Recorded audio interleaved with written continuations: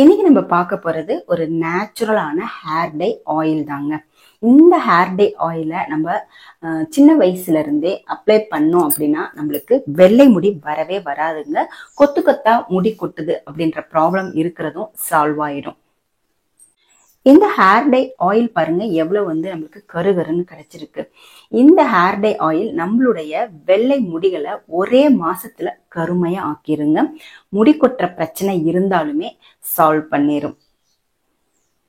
இந்த hair dye ஆயில்ல சேர்த்திருக்கிற பொருட்கள் natural தான், அதனால சைடு எஃபெக்ட் எதுவும் வராது. வாங்க இந்த ஹேர் டை ஆயில் எப்படி ப்ரிப்பேர் பண்றது அப்படிங்கிறத பார்க்கலாம். ஹேர் டை ஆயில் ரெடி பண்றதுக்கு நான் மருதாணி ஒரு டீஸ்பூன் சேர்த்துக்கிறேன். ஏன்னா நான் காய்ச்ச போறது பார்த்தீங்கன்னா 50 ml ஹேர் டை ஆயில் தான் காய்ச்ச போறேன். அதுக்கு தேவையான அளவு நான் பொடிகளை எடுத்துக்கிறேன். இப்போ கரிசலாங்கண்ணி பொடியும் ஒரு டீஸ்பூன் சேர்த்துக்கிறேன்.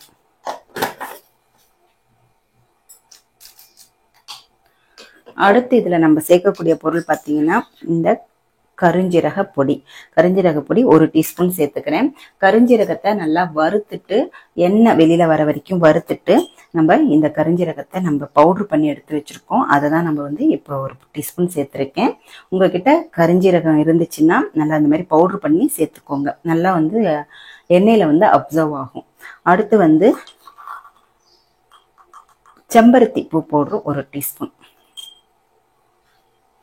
அடுத்துதான் நம்ம ஒரு முக்கியமான பொருள் சேர்க்க போறாங்க, இந்த ரோஸ்மேரி இலைகள். இது வாசனைக்காக நம்ம சேர்த்துக்கலாம். இப்போ இதையும் நம்ம சேர்த்துடலாம். இப்போ 50 ml தேங்காய் எண்ணெயை நம்ம சேர்த்துடலாம்.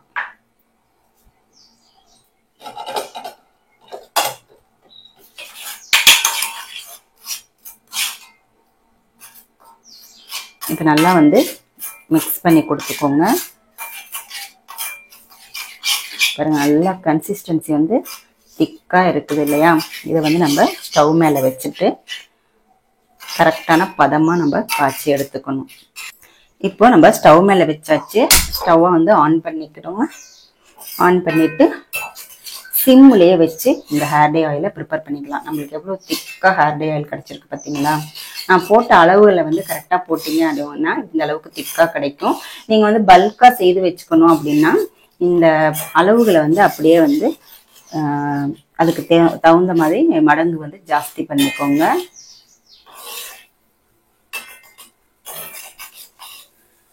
இப்போ நம்ம பொடியெல்லாம் பச்சையாக தான் போட்டோம் இல்லையா? கொஞ்சம் ஈரத்தன்மை இருக்கும். அது போகிற வரைக்கும் நம்ம ஹேர் டை ஆயிலை பதமாக காய்ச்சி இல்லாமல் இதில் கொஞ்சம் சடசடப்பு இருக்கும், அதெல்லாம் போகணும். லைட்டாக போக நம்ம எண்ணெயை காய்ச்சி எடுத்துக்கணும். இந்த ஹேர் டை ஆயிலை நம்ம ஒரு மாசம் பயன்படுத்தும் போதே அதோட ரிசல்ட் தெரியுங்க. வாரத்துல 2 வாட்டி இந்த ஹேர் டை ஆயிலை பயன்படுத்தணும். அது எப்படி பயன்படுத்துறது அப்படின்றத நான் ஹேர் டை ஆயில் ப்ரிப்பேர் பண்ணி முடிச்சதுக்கு அப்புறம் சொல்றேன். இப்போ பாருங்க நல்லா நுரையெல்லாம் அடங்க போகுது.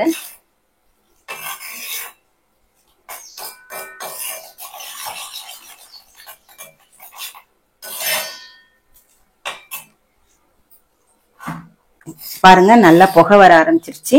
இப்போ இந்த ஸ்டேஜ்ல வெந்தயம் ஒரு 1/2 டீஸ்பூன் அளவு சேர்த்துக்கோங்க.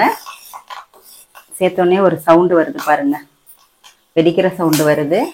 இது வெடிச்சு முடிக்கட்டும். வெடிச்சு முடிச்சிருச்சு. இப்போ நம்ம ஸ்டவ்வை ஆஃப் பண்ணிடலாம். ஆஃப் பண்ணிட்டு இதை அப்படியே ஒரு நாள் பூரா இந்த இரும்பு கடாயிலே இருக்கட்டும். அதுக்கப்புறமா நம்ம வேற பாத்திரத்துல நம்ம ஸ்டோர் பண்ணிக்கலாம். இதை வடிகட்டணும்னு அவசியம் இல்லை. இதை நம்ம வேணுங்கிறப்ப நம்ம எப்போ அப்ளை பண்றோமோ அந்த டைம் வடிகட்டினா போதும். அது வரைக்கும் இதுல ஊறிக்கிட்டு இருக்கும்போது இன்னுமே ஹேர் டை ஆயில் நம்மளுக்கு 100% ரிசல்ட் கொடுக்கக்கூடியதா மாறும். பாருங்க நல்லா திக்கா நம்மளுக்கு ஒரு ஹேர் டை ஆயில் கிடைச்சிருச்சு. பாருங்க இதோட அப்ளை பண்றப்ப ஒரு ஸ்பூன் இந்த ஹேர் டை ஆயில் எடுத்துட்டு ஒரு 1/2 டீஸ்பூன் தேங்காய் எண்ணெய் கூட மிக்ஸ் பண்ணிக்கலாம். ஏன்னா ரொம்ப திக்கா இருக்கு அப்படின்னு நினைச்சீங்கன்னா. பாருங்க எவ்வளவு திக்கா நம்மளுக்கு ஹேர் டை ஆயில் கிடைச்சிருக்கு பாத்தீங்களா?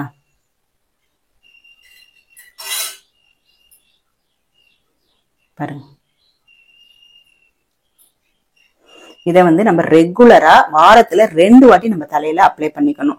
இதை நீங்க வந்து யூஸ் பண்ணும்போது ஒரு சில்வர் பவுல்ல எடுத்துக்கோங்க. பாருங்க, இந்த மாதிரி ஒரு சில்வர் பவுல்ல வடிகட்டி எடுத்துக்கோங்க.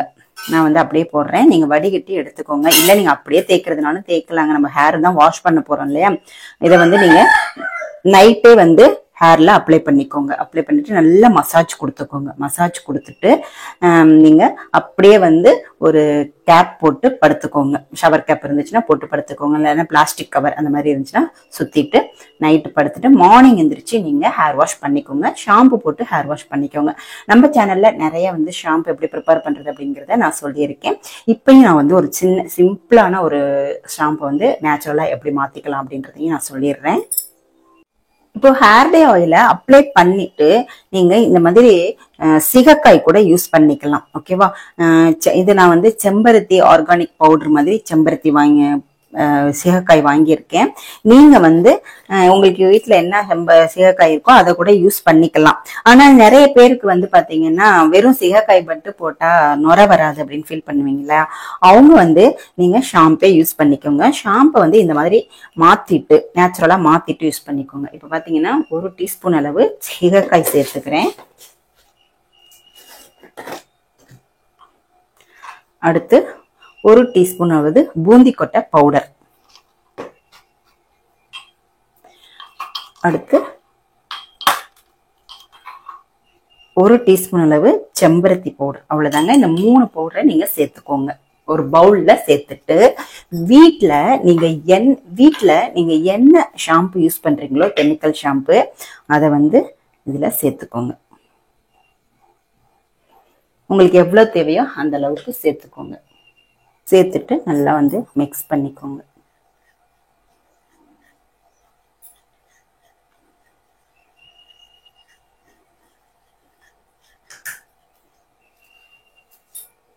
கொஞ்சமா தண்ணி சேர்த்துக்கோங்க. நம்ம அப்ளை பண்றப்ப தண்ணி தெளிச்சு தான் நம்ம அப்ளை பண்ணிக்கணும் இல்லையா.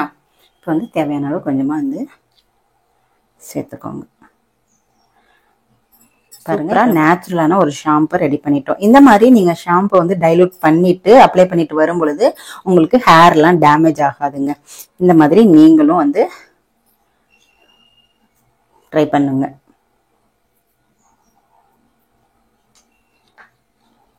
இப்போ வந்து நீங்க ஆயிலை வந்து நல்லா வந்து ஹேர்ல வச்சுட்டு இந்த ஷாம்பு வந்து நல்லா அப்ளை பண்ணிட்டு ஆயிலை வந்து இந்த மாதிரி நல்லா ஸ்கேல்ப்ல எல்லாம் படுற மாதிரி அப்ளை பண்ணிக்கோங்க.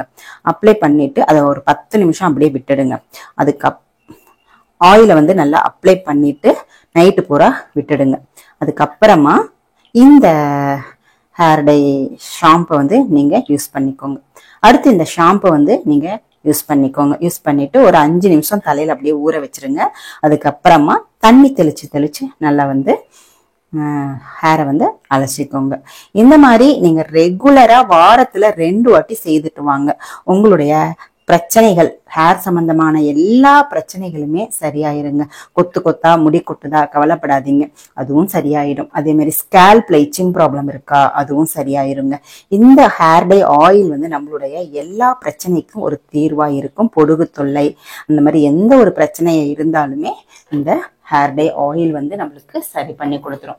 இப்போ நம்ம வந்து ஒரு ஹேர் டை ஆயிலும் அதுக்கப்புறமா ஹேரை வாஷ் பண்றதுக்கு ஒரு ஷாம்பு ரெடி பண்ணியிருக்கோம். நீங்களும் இதை ப்ரிப்பேர் பண்ணி பாருங்க. ப்ரிப்பேர் பண்ணி பார்த்துட்டு உங்களுடைய ஃபீட்பேக் என்ன அப்படின்றத கமெண்ட்ல சொல்லுங்க. இந்த வீடியோ உங்களுக்கு பிடிச்சிருந்துச்சுன்னா லைக் பண்ணிக்கோங்க. நம்மளுடைய சேனலை வந்து சப்ஸ்கிரைப் பண்ணிக்கோங்க. அடுத்து ஒரு நல்ல பதிவில் நான் உங்களை மீட் பண்றேன். தேங்க்யூ.